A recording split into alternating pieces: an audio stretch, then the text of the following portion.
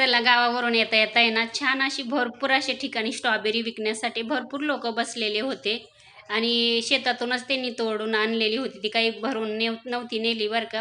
आणि शेतकरी कसे शेतातून तोडून आणतात थोडीफार आणि तेवढी विकता, नंतर परत तोडून आणता आणि असंच चालू असतं त्यांचं. आणि कसे दिवसभर ते उन्हामध्ये तिथे रस्त्याला बसलेले असतात, त्यांना पण कसं गिऱ्हाईक यावं म्हणून ते वाट बघत असतात. मग आम्ही पण आहे ना अर्धा किलो स्ट्रॉबेरी घेतली. खूप फ्रेश होते ते, समोर दिसतच होतं तिथं, ते शेतातून त्यांनी तोडली आणि खूप छान होती ही बघा. गोड पण होती आणि एवढी शिल्लक राहिली ती घरी घेऊन आली, गाडीत काही बाकीची खाल्ली. त्याच्यानंतर आहे ना इंद्रायणी तांदळाचा भात इथे शिजायला टाकलेला आहे. नेहमी शक्यतो मी ना पातेल्यामध्ये शिजायला टाकते आणि मी भात आहे ना कधीच ओतून काढत नाही, कारण का त्याच्यातलं जीवनसत्व निघून जातं. त्याच्यामुळे भात आहे ना कधीच ओतून काढायचा नाही. कुकरमध्ये नाही शक्यतो मी लावीत, मला कुकरमधला भात आवडत नाही. हे जळगाव वांगे म्हणताना ते भरतासाठी आणलेले होते, आता तेच होते. म्हटलं भाजीला आता काय, म्हटलं टिफिनसाठी म्हटलं ते भाजून घेते.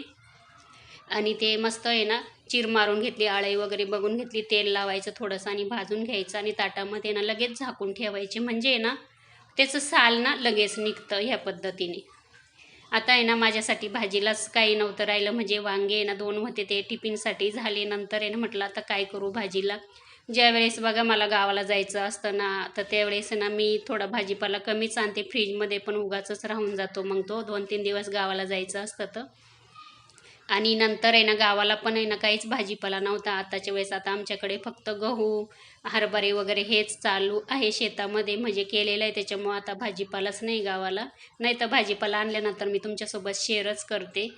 आता म्हटलं माझ्यासाठी भाजीच नाही तर काहीतरी आपण करायलाच पाहिजे, आणि बाहेर पण गेली नाही लगेच. आता इथे ना लोखंडी तवा ठेवला, त्यात थोडंसं तेल घातलं, जिरं, मोहरी, लसूण, कांदा घातला. त्याच्यामध्ये ना लाल मिरची पावडर, हळद आणि मीठ घातलं, इतकंच घातलं. थोडंसं पाणी घातलं आणि एक बटाटा होता आणि त्याचं साल काढून घेतलं, ते शिजायला आता याच्यामध्ये घालते. असं आपण काहीतरी ॲडजस्ट करत असतो, कसं आपल्याला पण ती सवय झालेली असते. आता लगेच भाजीपाला नाही तर मग आपण लगेच बाहेरच जायचं, असं पण तसं काही नाही, मला पण ती सवयच आहे तशी. चला, इथे मस्त आहे ना हे बघा भाजी पण तयार झालेली आहे. आणि त्याच्यानंतर आहे ना बाजरीच्या भाकरी बनवलेल्या आहे, म्हणजे माझ्यासाठीच भाकर बनवली मी. चला, आता इथे मी ताटामध्ये गरम गरम भाजी घेते आणि जेवायला घेते.